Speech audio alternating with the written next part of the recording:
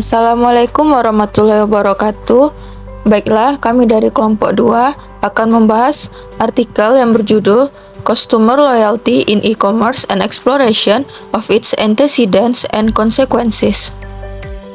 Adapun anggota kelompok 2, yang pertama Adilah dengan nomor BP 2011021005, yang kedua Mita Rahayu Safira 2011022007, dan yang ketiga Surahmi Maryam 2011022014. Berikut beberapa topik pembahasan yang akan kami bahas. Yang pertama, latar belakang penelitian. Yang kedua, tujuan penelitian. Yang ketiga, kesetiaan pelanggan. Yang keempat, antecedent e-loyalitas. Yang kelima, konsekuensi perilaku dari e-loyalitas. Yang keenam, hipotesis. Dan yang ketujuh, hasil penelitian. Baiklah, masuk ke pembahasan yang pertama, yaitu latar belakang penelitian.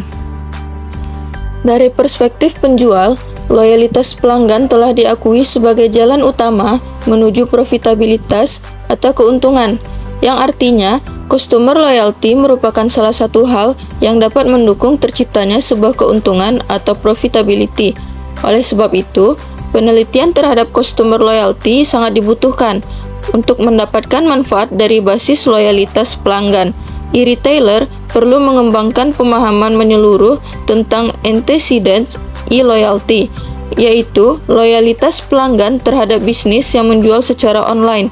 Pemahaman seperti itu dapat membantu e-retailer mendapatkan keunggulan kompetitif dengan menyusun strategi untuk meningkatkan e-loyalty. Selanjutnya, tujuan penelitian. Adapun tujuan dari penelitian ini adalah untuk mengidentifikasi faktor-faktor yang dapat ditindaklanjuti secara manajerial yang mempengaruhi customer loyalty atau kesetiaan pelanggan dan menyelidiki sifat dampaknya pada bisnis online. Pembahasan selanjutnya, kesetiaan pelanggan. Penelitian-penelitian di bidang customer loyalty selama ini hanya terfokus pada tradisional bisnis, sementara masih terdapat keterbatasan penelitian yang membahas tentang customer loyalty pada perusahaan e-bisnis. Di samping itu, penelitian tentang customer loyalty selama ini hanya terfokus kepada behavioral study atau perilaku pembeli dalam melakukan pembelian berulang. Penelitian yang hanya fokus pada behavior tentang bagaimana seorang customer melakukan pembelian ulang atau repeat order menyebabkan penelitian-penelitian sebelumnya hanya membahas perilaku-perilaku tersebut dalam aspek yang sangat sempit. Berikut terdapat dua penelitian sebelumnya. Yang pertama, penelitian Brown pada tahun 1952. Penelitian Brown ini mengklasifikasikan loyalitas menjadi 4 kategori. Yang pertama, loyalitas tak terbagi. Yang kedua, loyalitas terbagi. Yang ketiga, loyalitas tidak stabil. Dan yang keempat, tidak ada loyalitas berdasarkan pola pembelian konsumen. Dan yang kedua, ada penelitian Jacobi dan Chestnut pada tahun 1978 yang mengatakan bahwa definisi perilaku tidak cukup karena tidak bisa membedakan antara loyalitas sejati dan loyalitas palsu yang mungkin dihasilkan. Misalnya, dari kurangnya alternatif yang tersedia bagi konsumen. Artinya di sini, kita tidak dapat mengenali mana pembeli yang melakukan repeat order atau pemesanan ulang yang disebabkan karena mereka betul-betul loyal dengan pembeli yang melakukan repeat order yang hanya kebetulan saja mereka melakukan pembelian ulang. Maksudnya, pembeli yang hanya kebetulan saja melakukan pembelian ulang tidak dapat dikatakan mereka memiliki loyalty yang tinggi, karena bisa saja repeat order yang dilakukan oleh customer dari sekelompok spurious royalty tersebut disebabkan karena mereka tidak punya pilihan lain untuk membeli produk yang mereka inginkan. Sementara itu, yang paling penting dalam sebuah e-bisnis adalah kelompok yang berasal dari true royalty. Artinya, mereka memiliki royalty yang sangat tinggi kepada perusahaan. Meskipun di luar sana mereka memiliki alternatif dan pilihan lain. Namun, karena mereka memiliki loyalty yang sangat tinggi, maka mereka tetap melakukan repeat order atau pembelian kembali pada perusahaan. Pengertian dari kesetiaan pelanggan. Menurut Angel and Blackwell 1982 mendefinisikan loyalitas pelanggan sebagai respon preferensial sikap dan perilaku terhadap satu atau lebih merek dalam kategori produk yang diungkapkan selama periode waktu tertentu oleh konsumen. Menurut Eisel 1992, loyalitas brand adalah sikap yang menguntungkan terhadap merek yang menghasilkan pembelian merek yang konsisten dari waktu ke waktu. Sedangkan menurut Gremler 1995 menyatakan bahwa dimensi sikap dan perilaku perlu digabungkan dalam setiap pengukuran loyalitas. Selanjutnya, kita akan membahas antecedent loyalitas. Pada tahap pertama penelitian ini mengidentifikasi 8 faktor penyebab munculnya perilaku repeat buying oleh customer dalam sebuah penjualan online.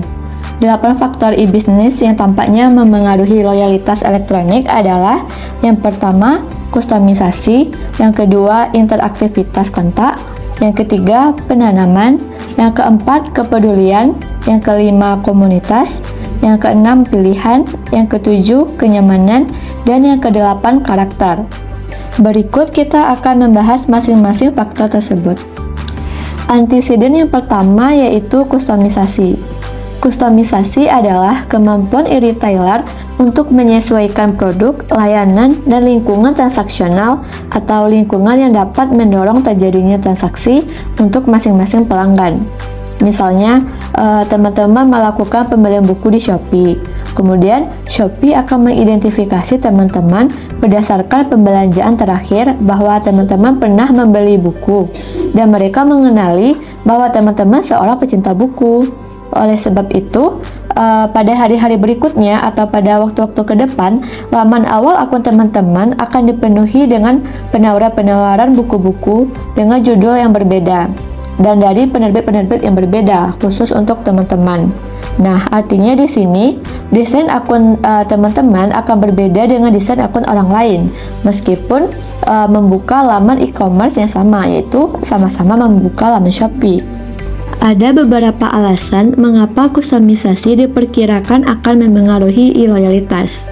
Yang pertama, kustomisasi meningkatkan kemungkinan bahwa pelanggan akan menemukan sesuatu yang ingin mereka beli. Yang kedua, kustomisasi juga menciptakan persepsi peningkatan pilihan dengan mengaktifkan fokus cepat pada apa yang benar-benar diinginkan pelanggan. Yang ketiga, kustomisasi dapat menandakan kualitas tinggi dan menghasilkan kecocokan nyata yang lebih baik antara pelanggan dan produk.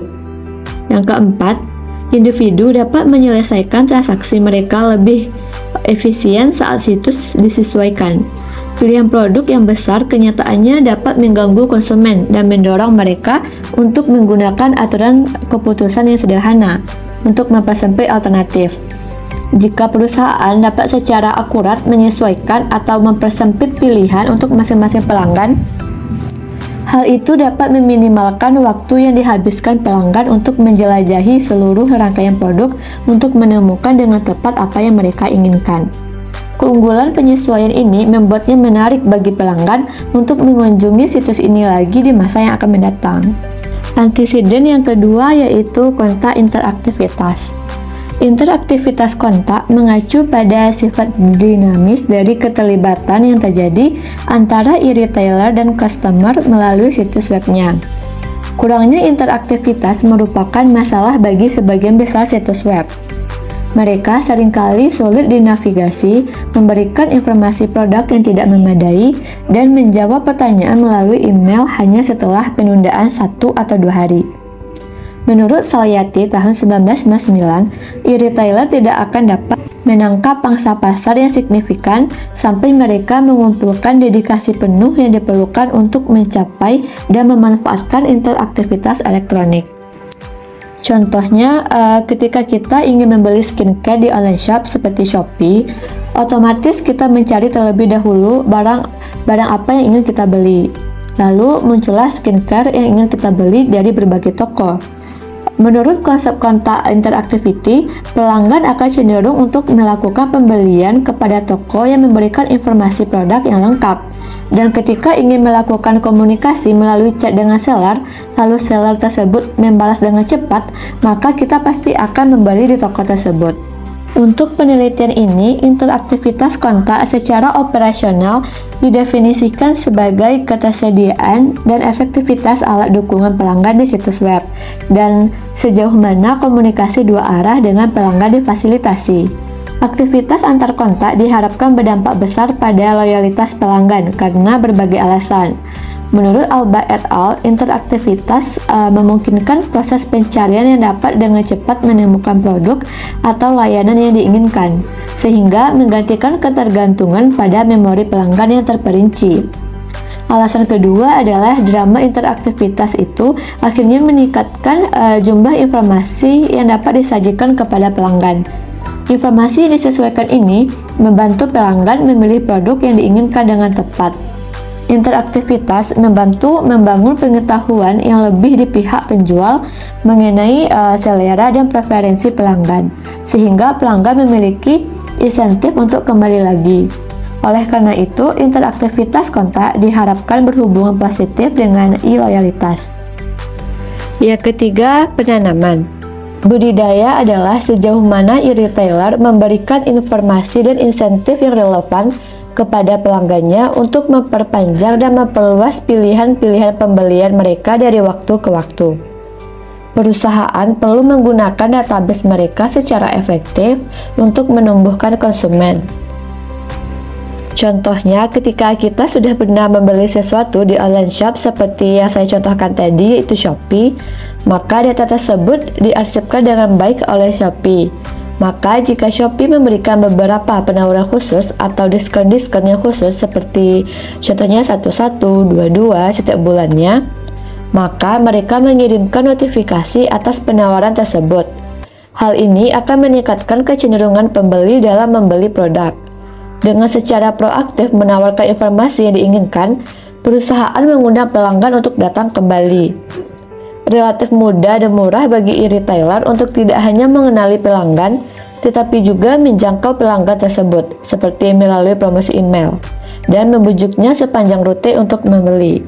Dalam studi ini, budidaya didefinisikan secara operasional sebagai frekuensi informasi yang diinginkan dan penawaran cross-selling yang diberikan oleh e-retailer kepada pelanggan. Manfaat tambahan dari siklus rangsangan dan tanggapan seperti itu adalah basis pengetahuan e-retailer tentang pelanggan terus ditingkatkan, mengurangi insentif pelanggan untuk beralih ke penjual lain yang harus membangun pengetahuan tersebut dari awal.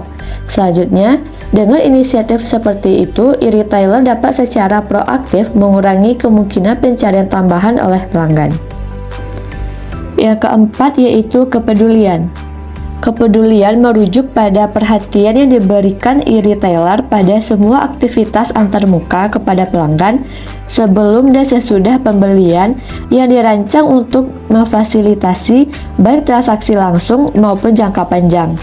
Maksudnya, ketika sudah terjadi transaksi pun, ketika sudah membayar, kemudian barang tersebut dikirimkan ke customer, mereka masih peduli dengan barang yang dibeli tersebut. Apakah barang tersebut sudah sampai dengan selamat ke tempat tujuan, atau apakah barang tersebut terlambat sampai tempat tujuan, atau apakah barang tersebut hilang di tengah jalan.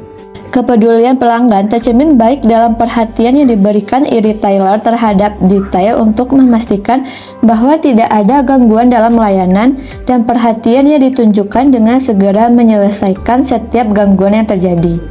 Dalam studi ini, perawatan secara operasional didefinisikan sebagai sejauh mana pelanggan tetap mendapat informasi tentang ketersediaan produk yang disukai dan status pesanan, dan tingkat upaya yang dilakukan untuk meminimalkan gangguan dalam menyediakan layanan yang diinginkan.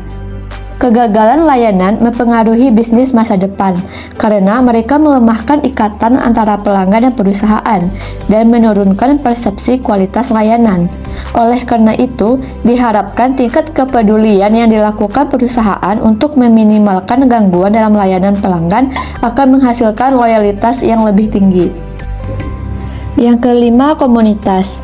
Komunitas virtual dapat digambarkan sebagai entitas sosial online yang terdiri dari pelanggan yang ada dan pelanggan potensial yang diatur dan diolah oleh e-retailer untuk memfasilitasi pertukaran pendapat dan informasi mengenai produk dan layanan yang ditawarkan. Komunitas virtual merupakan salah satu perkembangan paling menarik dari era informasi. Sejumlah bisnis yang beragam termasuk penjualan buku, rumah lelang, penyedia informasi, penjual bunga, dan penjual peralatan rumah tangga telah membentuk komunitas pelanggan virtual karena mereka menyadari bahwa komunitas ini memiliki potensi untuk meningkatkan loyalitas pelanggan. Ada beberapa alasan mengapa sebuah komunitas berpotensi mempengaruhi loyalitas pelanggan. Komunitas sangat efektif dalam memfasilitasi dari mulut ke mulut. Kemampuan pelanggan untuk bertukar informasi dan membandingkan pengalaman produk dapat menambah loyalitas pelanggan. Dengan memfasilitasi pertukaran informasi di antara pelanggan melalui komunitas, e-retailer dapat lebih meningkatkan loyalitas elektronik di antara pelanggannya. Komunitas juga memungkinkan pelanggan individu untuk mengidentifikasi dengan kelompok yang lebih besar. Pelanggan yang mengidentifikasi dengan e-retailer atau merek dalam konteks komunitas dapat mengembangkan ikatan yang kuat dan langgeng dengan entitas tersebut. Misalnya Shopee. Shopee itu ada bagian ulasan pembeli. Nah, di ulasan pembeli ini semua informasi-informasi tentang produk dan testimoni-testimoni customer terhadap produk dan terhadap jasa yang diberikan oleh toko tersebut atau sebuah e-retail tersebut dipublikasikan secara transparan.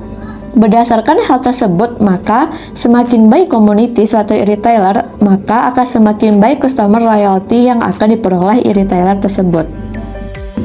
Selanjutnya, faktor pilihan. Dibandingkan dengan retailer konvensional, e-retailer biasanya dapat menawarkan rentang kategori produk yang lebih luas dan variasi produk yang lebih banyak dalam kategori tertentu. Ketika retailer konvensional harus menyewa gedung yang lebih luas jika ingin memberikan pilihan barang yang lebih banyak atau produk yang lebih banyak kepada customernya, hal ini tentu saja berbeda dengan e-retailer yang hanya membutuhkan space laman di mana mereka dapat memajang foto-foto produk yang akan ditawarkan kepada customer. Semakin banyak pilihan yang dapat dipilih oleh customer akan memberikan suasana belanja yang lebih menyenangkan bagi customer. E-retailer juga dapat membentuk aliansi dengan pemasok virtual lainnya untuk memberi pelanggan pilihan yang lebih banyak. Peningkatan jumlah alternatif yang tersedia di satu e-retailer dapat sangat mengurangi biaya peluang waktu dan biaya nyata dari ketidaknyamanan dan pencarian yang dikeluarkan dalam toko virtual. E-retailer yang menawarkan lebih banyak pilihan dapat muncul sebagai tujuan utama dan dominan untuk one-stop shopping, sehingga melahirkan loyalitas elektronik. Faktor yang ketujuh, kenyamanan. Kenyamanan mengacu pada sejauh mana pelanggan merasa bahwa situs web sederhana, intuitif, dan user-friendly. Aksesibilitas informasi dan kesederhanaan proses transaksi merupakan anteseden penting untuk keberhasilan penyelesaian transaksi. Kualitas situs web sangat penting karena untuk e-retailer ini mewakili pusat atau bahkan satu-satunya antarmuka dengan pasar, memungkinkan konsumen untuk mencari informasi dengan mudah dan membuat informasi mudah diakses dan terlihat adalah kunci untuk menciptakan bisnis e-retailing yang sukses. Situs web yang nyaman memberikan waktu respon yang singkat, memfasilitasi penyelesaian transaksi yang cepat, dan meminimalkan upaya pelanggan. Karena sifat media itu sendiri, pelanggan online mengharapkan pemrosesan transaksi mereka yang cepat dan efisien. Jika pelanggan terhalang dan frustasi dalam upaya mereka untuk mencari informasi atau menyelesaikan transaksi, mereka cenderung tidak akan kembali. Situs web yang logis dan nyaman digunakan juga akan meminimalkan kemungkinan pelanggan melakukan kesalahan dan membuat pengalaman berbelanja mereka lebih memuaskan. Hal ini kemungkinan akan meningkatkan loyalitas pelanggan. Faktor yang kedelapan yaitu karakter. Bisnis situs web yang kreatif dapat membantu e-retailer membangun reputasi dan karakterisasi positif untuk dirinya sendiri di benak konsumen. Dalam konteks ini, situs web merupakan media yang berpotensi jauh lebih komprehensif dan efektif daripada komunikasi televisi atau surat kabar. Karakter dapat didefinisikan sebagai gambaran keseluruhan atau kepribadian yang diproyeksikan oleh e-retailer kepada konsumen melalui penggunaan input seperti teks, gaya, grafik, warna, logo, dan slogan atau tema di situs web. Di luar presentasi dan gambar umum, situs web dapat menggunakan karakter atau kepribadian unik untuk meningkatkan pengenalan dan ingatan situs. Simbol grafis, misalnya logo, dapat memunculkan asosiasi atau makna bersama untuk menciptakan sikap pembelanja yang positif terhadap perusahaan. Rangsangan kode seperti itu dapat berdampak positif pada sikap pelanggan. Misalnya, Shopee. Shopee memiliki karakter warna orange, kemudian logonya seperti gambar keranjang dengan huruf S. Unsur-unsur tersebut berkaitan dengan website desain. Namun, desain tersebut sengaja dibuat seunik mungkin sehingga ketika orang melihat dari jauh, ada sebuah paket dengan stiker berwarna orange dan kemudian ada logo keranjang dengan huruf S, maka orang akan dengan cepat mengenali bahwa itu adalah dari Shopee. Karakter tersebut sangat dapat mempengaruhi customer loyalty. Nah, selanjutnya kita akan membahas mengenai konsekuensi perilaku dari e-loyalitas strategi. Konsekuensi dari antisedan yang sudah diidentifikasikan sebelumnya adalah munculnya beberapa perilaku yang dapat meningkatkan e-loyalty. Perilaku yang dihipotesiskan di sini ada dua. Yang pertama, perilaku word-to-mouth behavior atau perilaku untuk menyampaikan pesan dari mulut ke mulut atau istilahnya iklan dari mulut ke mulut. Dan perilaku yang kedua adalah willingness to buy, yaitu bagaimana word-to-mouth behavior ini dapat dilihat sebagai sebuah konsekuensi dari adanya antisedan sebelumnya. Konsekuensi dari adanya antisedan sebelumnya adalah di mana customer yang loyal akan dengan sukarela mempromosikan tempat e-retailer di mana ia mendapatkan pengalaman berbelanja yang sangat memuaskan kepada orang lain. Perilaku ini tentu saja sangat menguntungkan dalam bisnis e-commerce. Premis yang dibangun penulis dalam hal ini adalah semakin loyal seorang customer, maka akan semakin positif atau semakin baik word-to-mouth behavior yang akan ia berikan. Konsekuensi dari perilaku loyalty yang kedua adalah willingness to buy. Di sini diyakini bahwa customer yang loyal akan memberikan atau membayar dengan harga berapapun terhadap suatu produk yang sudah ia cintai. Sebaliknya, customer yang tidak loyal akan dengan mudahnya berpaling ke tempat lain ketika produk yang ingin mereka tuju atau ketika sebuah brand yang mereka inginkan mengalami kenaikan harga. Oleh karena itu, customer yang loyal akan memiliki perilaku willingness to buy yang tinggi terhadap suatu produk atau brand yang dicintainya. Selanjutnya, hipotesis. Dari artikel yang sedang kita bahas sekarang, terdapat dua hipotesis penelitian. Hipotesis yang pertama ialah semakin besar tingkat penyesuaian interaktivitas kontak, budidaya pelanggan, kepedulian, komunitas, pilihan, kenyamanan, dan karakter e-retailer atau persepsi positif, semakin besar e-loyalitas pelanggannya. Hipotesis yang kedua yaitu terdapat dua hipotesis. Yang pertama, loyalitas pelanggan akan berhubungan negatif dengan pencarian alternatif mereka dan berhubungan positif dengan perilaku dari mulut ke mulut atau word-to-mouth behavior. Hipotesis selanjutnya ialah loyalitas pelanggan akan berhubungan negatif dengan pencarian alternatif mereka dan berhubungan positif dengan kesediaan untuk membayar lebih atau willingness to pay. Nah, selanjutnya kita akan membahas hasil dari penelitian ini. Yang pertama, dari 8 antisedan yang diuji atau aksi yang dipertimbangkan, yaitu kostumisasi, interaktivitas kontak, penanaman, kepedulian, komunitas, pilihan, kenyamanan, dan karakter, penulis menyimpulkan bahwa semuanya kecuali kenyamanan ditemukan memiliki dampak yang signifikan terhadap e-loyalty. Yang kedua, dimensi perilaku penelitian ini menemukan bahwa e-loyalty memiliki dampak positif pada word-to-mouth behavior yang positif dan kemauan untuk membayar lebih atau willingness to pay. Artinya, E-loyalty dapat mendorong terciptanya perilaku konsumen dengan sukarela memberikan testimoni tentang pengalaman belanja mereka yang memuaskan. Dan e-loyalty ini juga ditemukan memiliki dampak yang positif. Artinya, juga dapat mendorong perilaku willingness to pay atau membayar lebih terhadap suatu brand atau produk meskipun brand atau produk tersebut mengalami kenaikan harga. Dengan berakhirnya pembahasan hasil penelitian, maka berakhir pula lah pembahasan kami terkait artikel yang berjudul Customer Loyalty in E-commerce and Exploration of its Antecedents and Consequences. Mohon maaf apabila ada kesalahan. Wabillahi taufiq wal hidayah. Wassalamualaikum warahmatullahi wabarakatuh.